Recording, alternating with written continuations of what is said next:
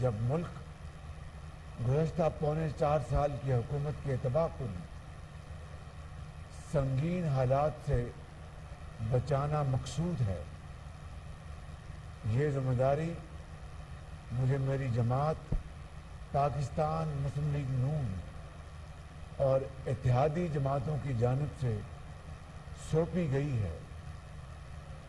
میں اپنے قائد جناب محمد نواز شریف، دیگر تمام قائدین اور جماعتوں کا تہ دل سے شکریہ ادا کرتا ہوں کہ انہوں نے مجھ پر اپنے مکمل اعتماد کا اظہار کیا۔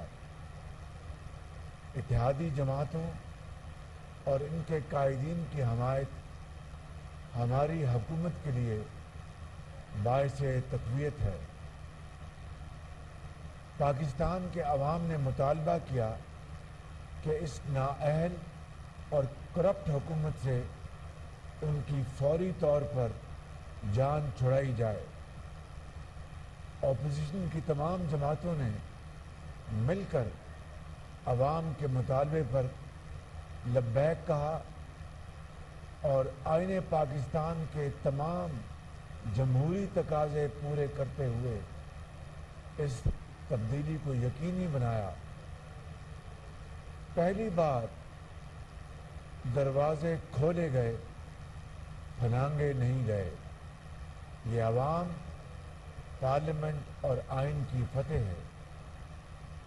میرے عزیز اہل وطن، ہم نے حکومت سنبھالی تو ہر شعبہ تباہی کی داستان سنا رہا تھا۔ 3 دہائیوں کی عوامی خدمت کے سفر کے دوران ایسی تباہی میں نے پہلے کبھی نہیں دیکھی، جو سابق حکومت اپنے پونے 4 سال کی بدترین حکمرانی کے بعد پیچھے چھوڑ گئی۔ یہی وجہ ہے کہ ہم نے پاکستان کو بچانے کا چیلنج قبول کیا، حالانکہ یہ حقیقت ہمارے سامنے واضح تھی کہ اس تباہی سے نکلنے اور ملک کو بہتری کے راستے پر گامزن کرنے کے لیے انتھک محنت اور وقت درکار ہوگا۔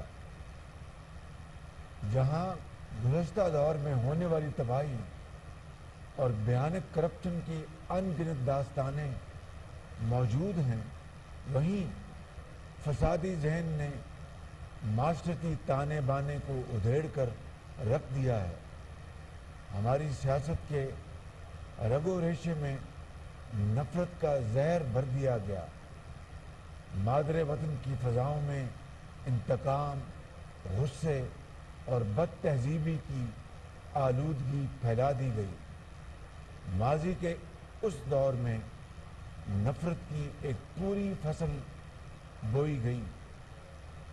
میرے عزیز اہل وطن، اپنے مذموم سیاسی مقاصد کے لیے سفارتی خط کی نام نہاد سازش تک گھڑی گئی۔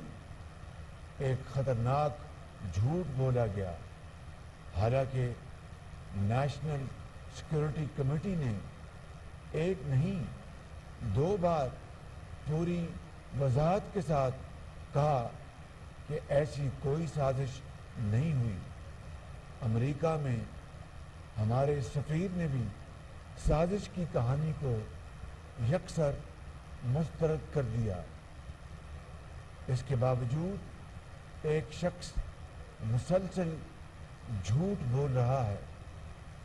افسوسناک امر یہ ہے کہ یہ شخص اپنے منفی سیاسی ایجنڈے کی خاطر قومی مفادات اور پاکستان کے سفارتی تعلقات کو نقصان پہنچا رہا ہے۔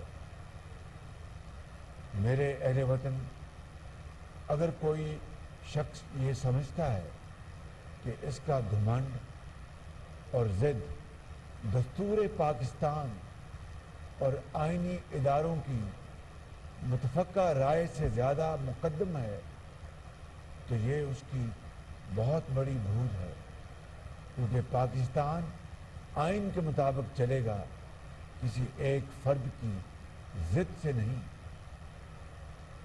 میرے بہنوں اور بھائیوں، آپ کو یاد ہوگا جب وزیر اعظم محمد نواز شریف کے دور میں پاکستان نمایاں ترقی کر رہا تھا، اس ایک شخص نے دھونس، دھمکی اور دھرنے کا ڈرامہ رچایا تھا، وہ بھی ایسے وقت میں جب پاکستان کے عظیم دوست چین کے صدر جناب شی جن پنگ سی پیک کا تاریخی معاہدہ کرنے پاکستان تشریف لا رہے تھے، لیکن اس شخص کی ہٹ دھرمی اور دھرنے سے یہ اہم ترین معاہدہ تاخیر کا شکار ہو گیا۔ میں واضح کر دینا چاہتا ہوں کہ عوام کی جان و مال کا تحفظ یقینی بنانا حکومت کا فرض اولی ہے، اور اس پر کوئی سمجھوتا کیا ہے نہ کریں گے۔ سابق حکومت جن حقائق پر جان بوجھ کر پردہ ڈال رہی ہے، وہ حقائق میں آج انہیں یاد دلانا چاہتا ہوں۔ آئی ایم ایف سے معاہدہ آپ نے کیا، ہم نے نہیں۔ ان کی سخت شرائط آپ نے مانی، ہم نے نہیں۔ عوام کو مہنگائی کی چکی میں آپ نے پیسا، ہم نے نہیں۔ ملک کو اس معاشی دلدل میں آپ نے دھسایا، ہم نے نہیں۔ ملک کو تاریخ کے بدترین قرض کے نیچے آپ نے دفن کر دیا۔ عالمی اداروں نے گواہی دی کہ ملکی تاریخ میں سب سے زیادہ کرپشن آپ کے دور میں ہوئی۔ ملک میں لوڈ شیڈنگ کے اندھیرے آپ واپس لائے، اور آج معیشت کی سانس بند ہوئی ہے تو اس کے ذمہ دار بھی آپ ہیں۔ میرے اہل وطن، میری خدمت آپ کے سامنے ہے۔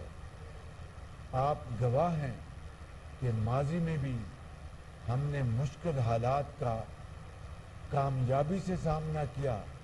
الحمدللہ ہمارے سامنے صرف اور صرف ایک مقصد ہے کہ وطن عزیز پاکستان کو خوشحال اور ترقی یافتہ، یعنی قائد کا پاکستان بنائیں۔ میرے اہل وطن، ہم ہر مشکل فیصلہ کرنے کو تیار ہیں اور ہر ممکن وہ کام کریں گے جس سے قومی ترقی کا سفر تیزی سے آگے بڑھ سکے، نااہلی اور کرپشن کی سیاست کا ہمیشہ کے لیے خاتمہ ہو سکے۔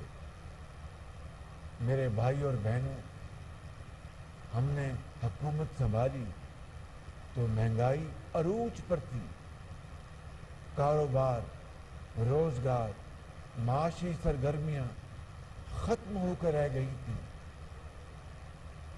ڈالر جو 2018 میں ہم 115 روپے پر چھوڑ کر گئے تھے،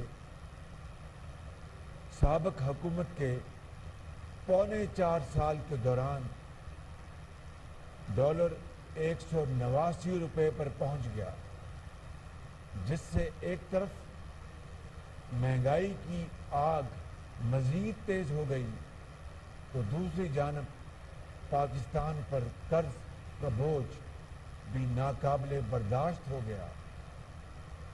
گزشتہ پونے 4 سال میں پاکستان کے قرض میں 20,000 ارب روپے سے زیادہ کا اضافہ ہوا، جو 1947 سے 2018 تک 71 سال میں اب تک کی تمام حکومتوں کی طرف سے لیے جانے والے مجموعی قرض کا 80% ہے۔ رواں مالی سال وفاق کے بجٹ خسارے کا تخمینہ 5,600 ارب روپے ہے، جو تاریخ کا بلند ترین خسارہ ہے۔ نااہل سابق حکومت نے صرف اسی سال اتنا خسارہ کیا ہے جس کی ماضی میں کوئی مثال نہیں ملتی۔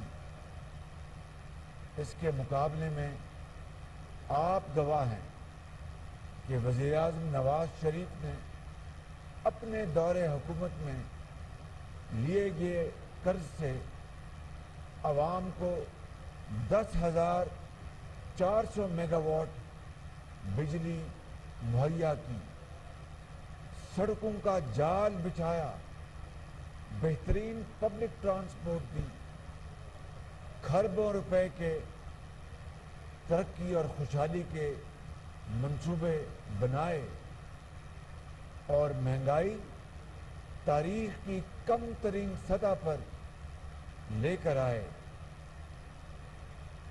جب ہم نے اب حکومت سنبھالی تو ملک میں 7,500 میگا واٹ کے پاور پلانٹس بند پڑے تھے، کیونکہ سابق حکومت نے مجرمانہ غفلت کا مظاہرہ کرتے ہوئے نہ ایندھن کا بندوبست کیا اور نہ ہی بر وقت بجلی کے کارخانے مرمت کرائے، جس کی وجہ سے عوام مہنگی بجلی اور گھنٹوں لوڈ شیڈنگ کے عذاب میں مبتلا ہوئے۔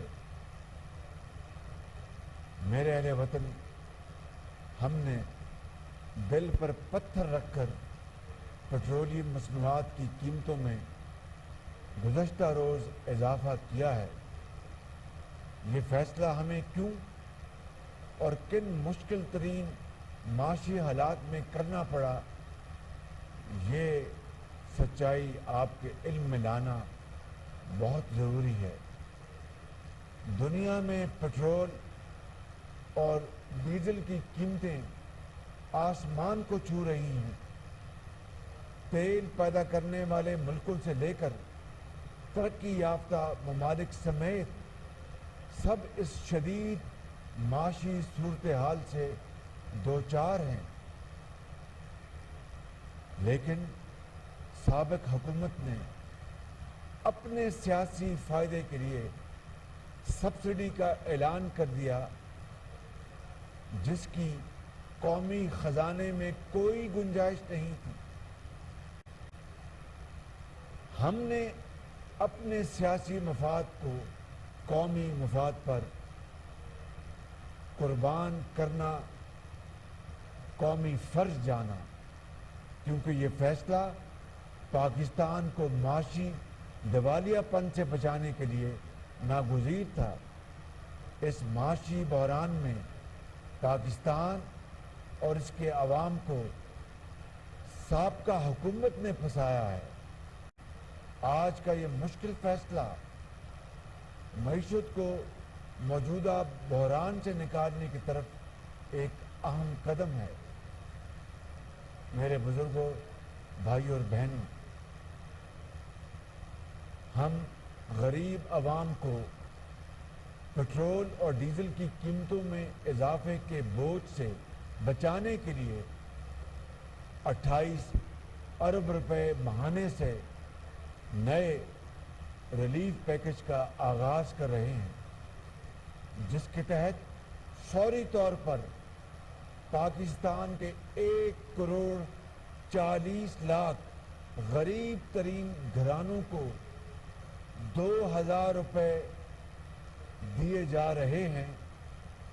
یہ گھرانے 8.5 کروڑ افراد پر مشتمل ہیں، جو پاکستان کی کل آبادی کا 1/3 حصہ بنتا ہے۔ یہ اس مالی امداد کے علاوہ ہے جو بے نظیر انکم سپورٹ پروگرام کے تحت انہیں پہلے ہی دی جا رہی ہے اور آئندہ مالی سال کے لیے اس ریلیف پیکج کو بجٹ میں شامل کیا جائے گا انشاءاللہ۔ میں نے یوٹیلیٹی سٹورز کارپوریشن کو ہدایت کی ہے کہ پاکستان بھر میں 10 کلو آٹے کا تھیلا 400 روپے میں عوام کو فروخت کیا جائے۔ میرے نوجوانوں، داخلی محاذ کی طرح خارجی محاذ پر بھی گزشتہ پونے 4 سال پاکستان کے قومی مفادات کے لیے انتہائی مہلک ثابت ہوئے۔ ہر مشکل گھڑی میں ساتھ نبھانے والے، ساتھ دینے والے پاکستان کے انتہائی قابل اعتماد دوست ممالک کو ناراض کر دیا گیا۔ اب ہم نے ان غلطیوں کی اصلاح اور دو طرفہ تعلقات کی بحالی کا عمل شروع کر دیا ہے جو آپ کے سامنے ہے۔ ہم پاکستان کے اس اصولی موقف کا پوری قوت سے اعادہ کرتے ہیں کہ جنوبی ایشیا میں پائیدار امن کے لیے بھارت کی ذمہ داری ہے کہ 5 اگست 2019 کے یک طرفہ اور غیر قانونی اقدامات کو ختم کرے تاکہ بامقصد بات چیت سے جموں و کشمیر سمیت تمام متنازع امور کو حل کرنے کی طرف ٹھوس پیش رفت ہو۔ میرے بھائیوں اور بہنوں، ہمارے سامنے دہشت گردی اور بدامنی کی صورت میں ایک اور چیلنج موجود ہے۔ یہ فتنہ بدقسمتی سے دوبارہ سر اٹھا رہا ہے۔ ہم نے صوبوں کے ساتھ مل کر نیشنل ایکشن پلان کی اثر نو بحالی شروع کر دی ہے۔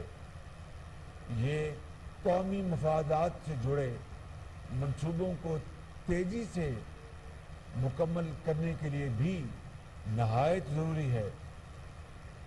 گزشتہ پونے 4 سال میں میڈیا اور اظہار رائے کی آزادیاں چھین لی گئیں۔ صحافیوں، ناقدین اور سیاسی مخالفین کو سخت ترین سزاؤں سے گزارا گیا۔ پاکستان صحافت اور اظہار رائے کی آزادیوں کے عالمی انڈیکس میں کئی درجے نیچے چلا گیا۔ پاکستان کو صحافت کے لیے بدترین ملک قرار دیتے ہوئے سابق وزیر اعظم کو آزادیاں چھیننے والے آمروں میں شمار کیا گیا۔ حکومت سنبھالتے ہی ہم نے سب سے پہلے سابق حکومت کے اس مجوزہ منصوبے پاکستان میڈیا ڈیولپمنٹ اتھارٹی کو ختم کر دیا، جس کا مقصد میڈیا اور اظہار رائے کی آزادیاں چھیننا تھا۔ میرے بھائیوں، بہنوں اور نوجوانوں، کوئی قوم اندرونی خلفچار پر قابو پائے بغیر ترقی نہیں کر سکتی۔ قوم کی تقسیم اس راستے کی سب سے بڑی رکاوٹ اور اتحاد اور اتفاق اس کے حصول کا واحد ذریعہ ہے۔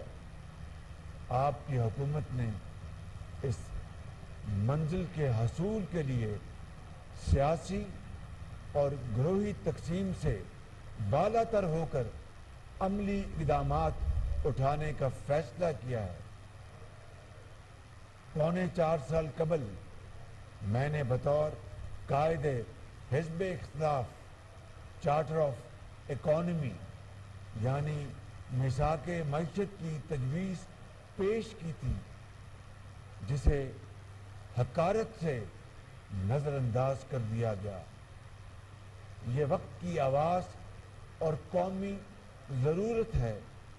اس چارٹر پر اتفاق کے لیے میں تمام سیاسی جماعتوں کے ساتھ مشاورت کا آغاز کر رہا ہوں تاکہ آئندہ کوئی بھی حکمران یا حکومت ذاتی سیاسی مفادات کے لیے قومی معیشت کے ساتھ کھلواڑ نہ کر سکے اور معاشی تسلسل کو یقینی بنایا جا سکے۔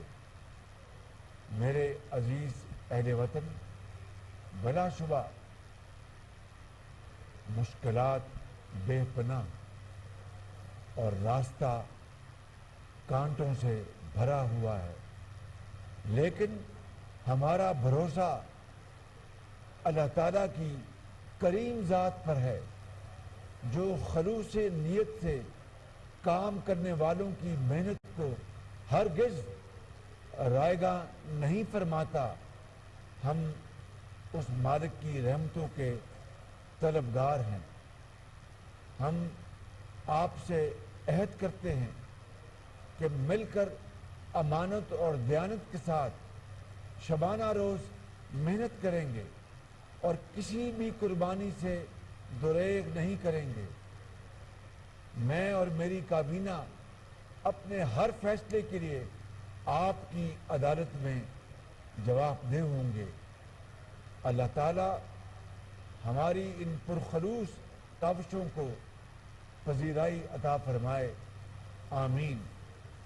میرا پوری قوم، خاص طور پر سیاسی مخالفین کے لیے پیغام ہے کہ آئیے ہم سب مل کر پاکستان کو ایک ایسا ملک بنا دیں جس میں اختلاف رائے کو دشمنی نہ سمجھا جائے، جہاں تنقید کو حوصلے سے برداشت کیا جائے،